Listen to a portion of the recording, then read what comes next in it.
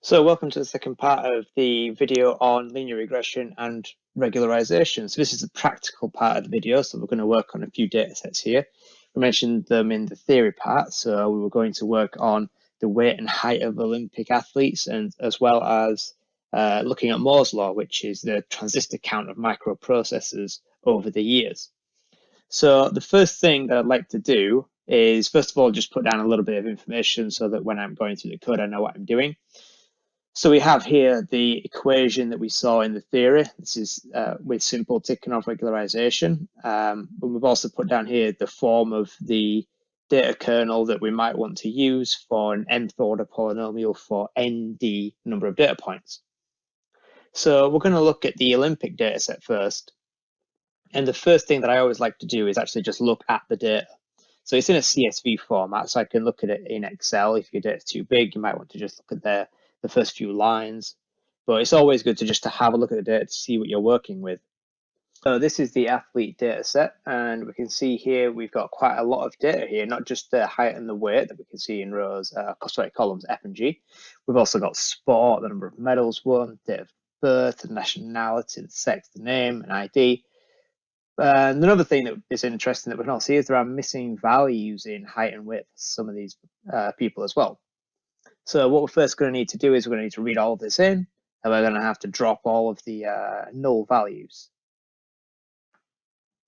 So we're going to go back to our Jupyter notebook here, and first thing we're going to do is import the necessary libraries. So we need to import pandas, so we're going to be using that for reading the data. We need to import NumPy because that's what we're going to be using to do the inversion. And we're also going to import matplotlib as we're going to use that for plotting the data. So I'm just going to insert a new cell. So what I like to do is think of how I'm going to structure the code before I do it. So what am I going to do in this? Well, we've already said we're going to plot the data. So we're going to have a plotting function of some sort. So I'm just going to have it return none at the moment. And I'm also going to have a function that will build this data kernel for me. So I might call it something like make G. I'll deal with all the inputs later on when I get around to that.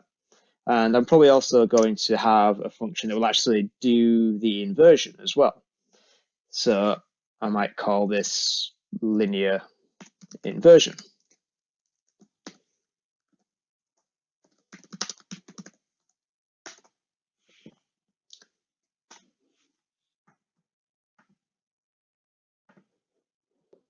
Right, so what I want to do now is read in the data and do a little bit of pre-processing. So the data that I have is in a file called athletes.csv. So the easy way to read this in with pandas is via the read CSV function. So I pass to read CSV basically the path of the file. So in this case, it's all in the same directory. So I just need to pass the name of the file, which is athletes.csv. And then that should be able to read my file in. So it'll read it into a data frame, a pandas data frame. Here I've called df. So I want to extract just the weight and the height and drop those null values. So I can do that very simply. I'll call it df small because it's smaller than the original df. So we're going to need to find a couple of locations. So we're going to want all the rows and then just the weight and the height columns. And we're going to want to drop those null values. We can do that with the drop in a function. So then I want to extract. So what I'm going to do now is not necessarily needed, but just for simplicity, I'm going to extract the weight and the height from this data frame into arrays. So that can easily be done by just asking for the particular column we're interested in and then taking the values from it. And I'm also going to transpose them such that they are it's a column vector rather than a row vector. which is the correct orientation for the data that we want. Okay, so now I've got my data in place. Now I want to basically do an inversion of that. We've got our X data, we've got our Y data. Now we just want to plot. I'll do the inversion and plot the data. So for this, we're going to have to go back to our functions and make them. So we're going to have to make the linear inversion function and make the G function. So if we look at the form up here, we're going to have to somehow make G. So in this linear inversion, I'm going to have a G which runs the make G function and returns a G.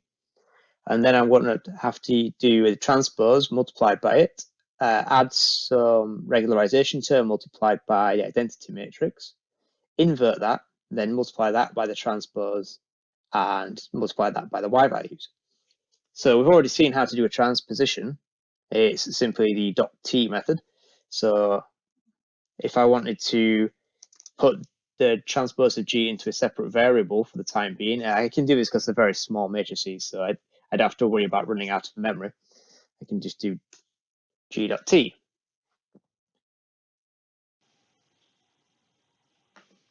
So when we're making the identity matrix, it will be a square matrix of length and height equal to the order of the polynomial that we're fitting. So in that case, this is this m value that we've got in this preamble to this code.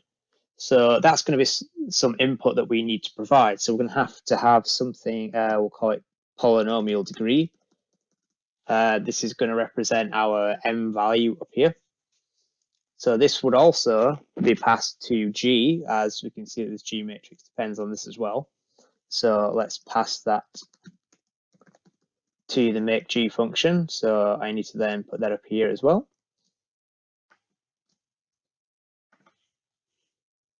So I'm going to call it regularization. I'm going to have a lambda value. If we see here, we've got a lambda value. But obviously lambda is a reserved keyword in Python, so we don't really want to use it in case we need to use a lambda function later on. So I'll just shorten that to lam.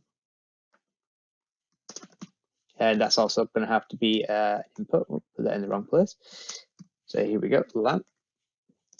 And we're going to, thankfully enough, there is a function in NumPy called eyes, which will provide an identity matrix. So all we have to do is specify how big that should be. So in this instance, it's just going to be polynomial degree.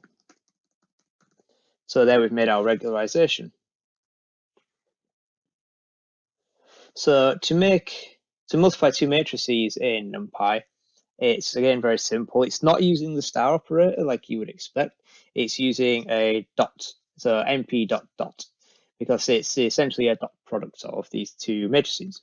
So if I wanted to make this G transpose G matrix that we see here, then I can just use np dot dot, and I want G transpose and G. So now we've got the constituents of this bracket, but we need to add them and invert them. So in NumPy, the way to invert a matrices is with the linalg package within NumPy and then the in function within that. Now we could write the inverse ourselves, but when there's a package to do it, you're coding it yourself. So if I call this something like gtg inv, and then I need to add the gtg function or variable that I've just made with my regularization, and then pass that to the np.linalg.inv package. This will provide us with that inverse. So the next thing we need to do is multiply this by G transpose, which is again using the np.dot package, and then multiply that by our y variables, our observables. So we need to, at this point, consider that we've not given the x values or the y values here yet. So that is some input that we really need to do. You can see that the x values also correspond to making up the G matrix. So we will pass that along to the make G function. And now that we've got all that, we can determine our model parameters and then return them. So we can say that M is going to be this whole G transpose G plus the regularization all inversed, which is here this value. And then we need to multiply that. So np dot dot by G transpose, which is GT. And then we need to multiply that by whatever our Y values are. So again, I'm just going to nest this and another np dot dot and with Y this time.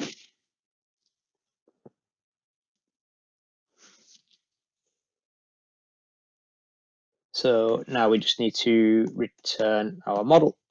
And then the next thing we need to do, in fact, the last thing we need to do in terms of just generating the model parameters is to make the G matrix. Now we need to make our G matrix, our data kernel. So we can see here that we've got ND by M plus 1 values. So we can actually pre-allocate space for this matrices, because again, it's not going to be very big.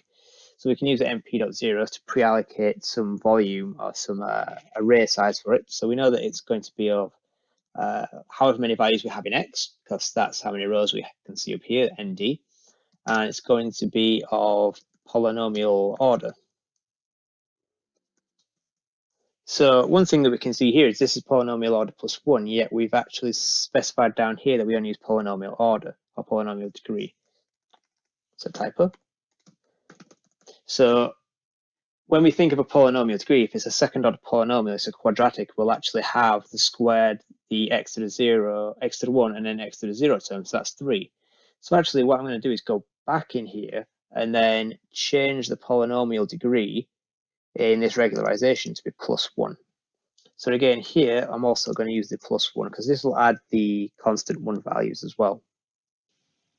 So I know that I'm going to return a G value, so I'm just going to enter that in here.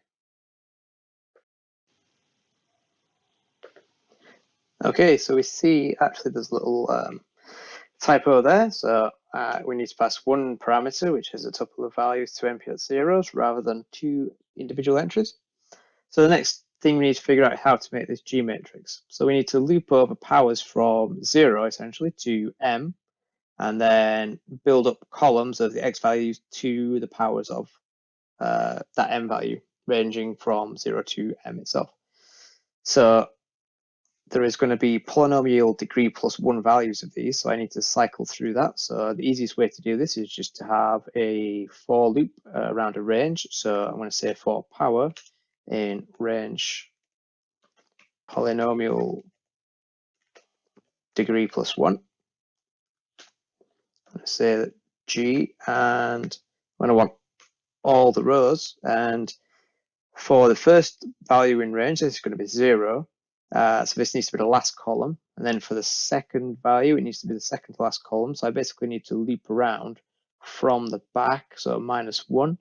And I need to subtract what the current power is. So for the first entry, it'll be 0. So -1 minus 0 is -1. That'll be the last column. And this is simply going to be the x value raised to that power. So now I need to just return G. And that should be that done. So we're going to have a quick test of this just to see if there's any debugging that needs to take place. So we're going to have model equals linear inversion. Oops, missing an equal sign there. And we need to pass it x, y, polynomial degree, and lambda. So I'm going to pass it weight, I'm going to pass it height. I'm going to say I want to fit a straight line, so that's degree 1, and I'm not going to have any regularization here. And I'm simply going to print what comes back out. And hopefully this works. If it doesn't, you might need to debug something, but hopefully there'll be an error to point us in the right direction. So we can see it's actually returned some values. So in this instance, because of how this model is formed, the values would be the gradient and the intercept. Okay, so now we know that our inversion works. We just need to plot the results. So we're going to go back up and complete this plotting function. So the first thing we're going to do is start up a new figure, so we don't want to overwrite what is already there. And then we're going to do a simple plot onto that, so x and y. So these are going to have to be inputs, x and y. And I want to plot it as x's, so I'm going to have the data as x rather than have a line that goes between them. So the next thing I need to do is put some x and y labels. So always label your axes so that you know what they are. So this is going to have to be some input as well. So I'm just going to call the input itself an x label and a y label.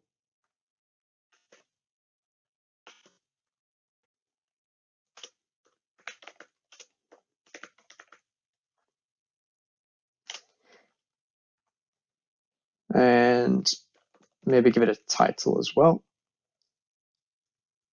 So the title I'm going to format, and I'm going to have a string that says it's going to be whatever my y label is versus whatever my x label is. Okay, so now I've got a plot of my data, but what I want is a plot of the fit to the data, as well as the data itself, obviously. So what I'm going to do is I'm going to create a very fine sampled version of that x value. So I'm going to have something called, say, x fine, and I'm going to use the linspace package out of NumPy, which generates a linear space of values, and it's going to run from the minimum x value to the maximum x value, max, and I'm going to have, say, 10 times as many x values as there currently are. So then I'm going to have to input my model as well. Actually, I have that as the input. I need to then generate a G matrix and then multiply the model by the G matrix. So what I can do is I can run the make G function that I've done before. And I'm just going to copy paste what I've got down here. But I need to replace x with x fine, and you can see that it passes in polynomial degree, so that's going to be another input that we're going to put in up here. And now I need to do the multiplication of g with y. So I'm going to call this y fine. So again, we use the mp.dot package, and I need g and my model parameters m. So now that I've got these, I can plot these. So I'll reuse the line from up here, but obviously change x and y to x fine, y fine. And I'm going to change this so that it is a, let's say, a red line. So I'm just going to have R and I'll have a dashed line. So this is not actually going to return anything, so I will just remove that. And then we'll just check this and see if it works. So we'll scroll down to here where we printed our model parameters, and we'll run this plotting function. So it doesn't return anything, so we don't need to specify a variable for a returned item because there won't be one. So we're going to plot weight against height. These are our x and y values. The model is called model. And what else do we need? We need x labels, y labels, and a polynomial degree. So I will call the x values weight because they are, y values height, and polynomial degree was 1. So if we do cell run all, we can see this is a pretty good fit. We can see there's a lot spread around the data. So if we wanted to be more technical about this, we could actually go into that spreadsheet and we could actually group by weight, group by sport, group by date of birth, by sex, by nationality, and we could do all kinds of regressions and see, what is the weight versus height metric for a wrestler against a gymnast, for instance, as you would imagine, they're quite different. Now, one thing that I would like to point out here is that is a limitation of these functions is, they are straight lines. So at some point there is going to be an intercept on this y-axis where you have 0 weight. And we can see here that this is approximately 1.384, which is saying that if you are 1.384 meters tall, you have a weight of 0. So somehow you have size, but you do not have mass, which is, not typical in humans, I would say. So you can see that there's a non-physical result of this straight line fitting because we're using it to extrapolate outside the range of the data that we have. And this is a common problem. It's generally not so bad with straight lines, but once you get into higher order polynomials, it can very quickly be very incorrect when you move outside of the range of data you have. Okay, so we've not added any regularization into here for good reason. I mean, this is a straight line fit to what is an approximately straight line value, although you can see there is some curvature to it. So what would happen if we fit a quadratic, for instance? So let's change the order of the polynomial here and here to 2 and run everything. We can see this is actually a better fit to the data. The problem that we always have here is that at some point we are going to start overfitting the data. So small anomalous groups, like we can see this clump down here, maybe these people up here who are very tall, they're going to start to affect the fit that we have instead of it following a general trend and leaving those outliers. And we can see that we still have the problem that if you are apparently 1 meter tall according to this model, you will have 0 mass. So we can check, this overfitting by putting a very large polynomial value in here. So I don't really want to change the value twice anymore. So this will lead to errors. So I'm just going to put it up here, and we're going to put it to 9. So it's going to be quite a high order polynomial here. So we're going to put it in both here and here, and then run everything and see what happens. And you can see that, it's overall quite good. It's still very well behaved. And in fact, we've got now an intercept that is actually very negative. As you can see that it's skewed down to try and fit this group of points down here at the very low weight end. So this is quickly deviating away from this background trend. So let's just keep increasing it until we hit break. Yeah, so you can see here we've fitted a 15 order polynomial, and we can see this quite crazy deviation here, which would seem to insinuate that if you were 1.5 meters tall, according to this data set, you would either be around 40 kilos or around 170, which is quite a difference and is quite astonishing if you're only 1.5 meters tall. So let's go back to something a bit more reasonable. So the second order polynomial looked like a good model to me. So let's run that again. Okay, this is a nice model. Now what happens if we add regularization into here? So we can see here our values. We've got 10 to the minus 5 in the x squared coefficient. So it's a very small, and we can see that it's pretty much a straight line. The actual curvature is not very large. And then again, very small in the coefficient for the x values, and then approximately 1. What happens if we put some regularization on here? What we're doing here is penalizing large coefficients. So we should see these reduce somewhat. So if we run this again, yeah, we can see that some of these values have indeed reduced. This is now 0.9 in the bias term, essentially, rather than 1 that it was before. So let's see what happens if we increase that to 10. So it should still get smaller coefficients, but it's still going to have to try and fit the data. So if we run this, we should be able to see that, yep, we've got 0.8 still for the bias term, still very low quadratic, but it's still trying to fit that data. So as we ramp up this regularization, we should be able to see that these coefficients, they kind of level out such that it's the overall smallest sum of them while still maintaining a good fit to the data. So we'll try 1000, and we can see here the intercept term has gone way down to 0.05.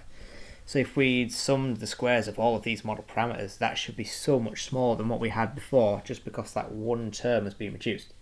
So we'll crack it up again, and we'll see how an even larger regularization affects the results. And as you can see, it's really gotten rid of that intercept, but it's had to boost up the quadratic coefficient to compensate for that.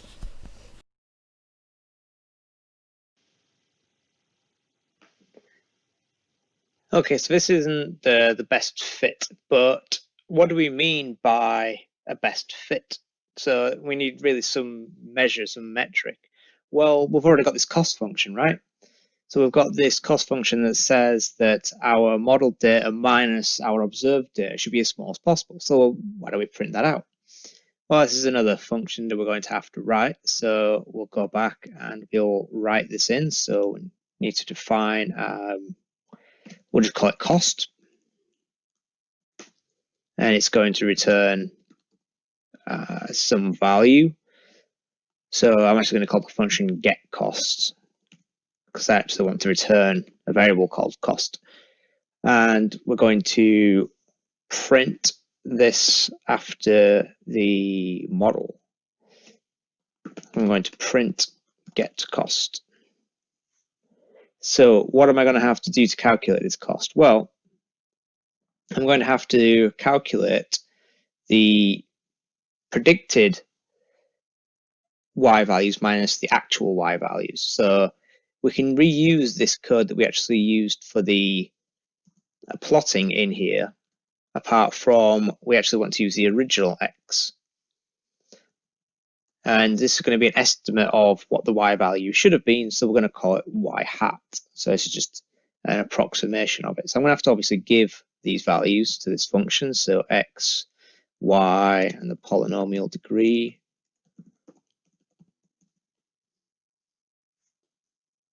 And the cost function was an L2 norm. So what I could do is I could do y minus y hat. And I could say, well, the sum of them all raised to the power of 2. And then call that cost and return it. Or what we could do is use, again, the linalg package and do cost equals np.linalg.norm, as there's a norm function within there. Now, what it will return isn't the sum of the squares, it's actually the square root of the sum of the squares. But there is no difference. If we're just using it as a metric, then the lower the value, the better. So we just need to put into there y minus y hat, as this is the vector that we're going to get the norm from, and the order, which is 2.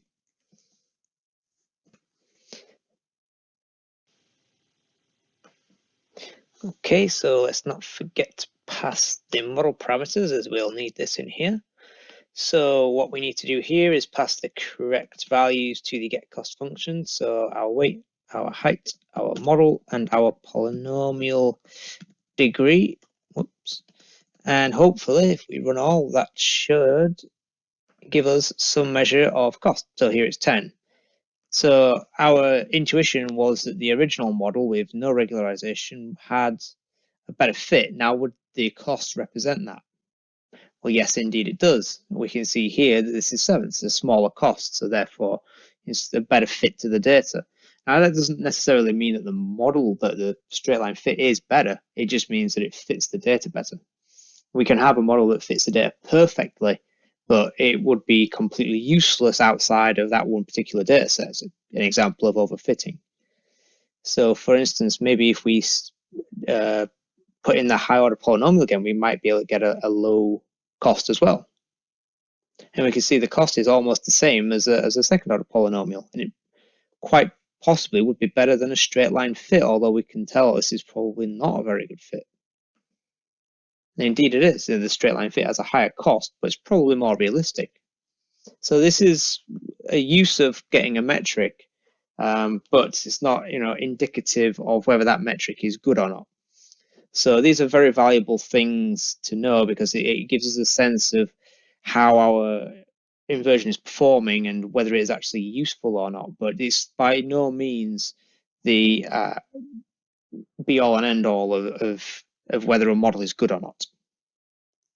Okay, so now I want to move on to the Moore's Law dataset. So I'm just going to pop up and have a look at the CSV now. So here we can see the Moore's Law dataset, and it's very simple. We've got basically two columns. We don't have any headers. That's something we're going to have to deal with as well. But we can see in the first column, we've got the number of transistors per microprocessor. And then in the second column, we've got the date. And this ranges all the way from 1971 all the way up to 2019. So quite modern. And we can see that, you know, the number of transistors per microprocessor are increasing quite a lot over time, as you would expect as technology advances. Okay, so we're going to reuse the same code that we had before. So what we're going to do is I'm going to save this. I'm actually going to name it something useful. So let's call it athletes analysis. Athletes linear regression, even better.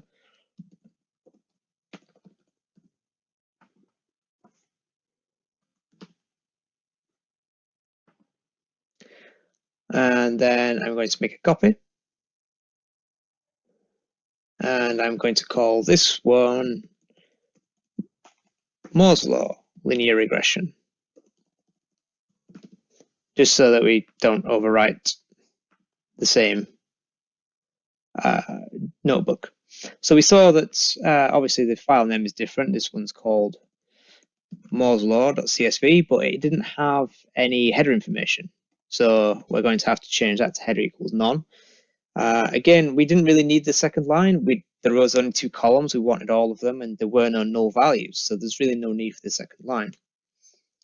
So we need transistors now, and here in hindsight, these could have just been left as X and Y, but you know, something to take into account for the future, I suppose.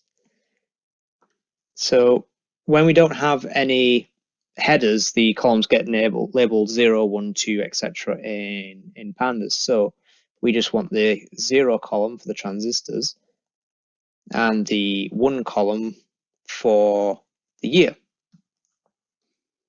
So other than that, we just need to change all of these as well.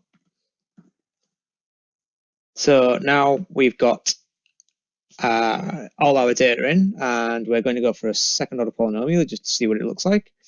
You know, if you read about Moore's law before, then you probably know that the second order polynomial is not going to be a good fit, but we'll just try it and see, and at least we'll get a cost value out.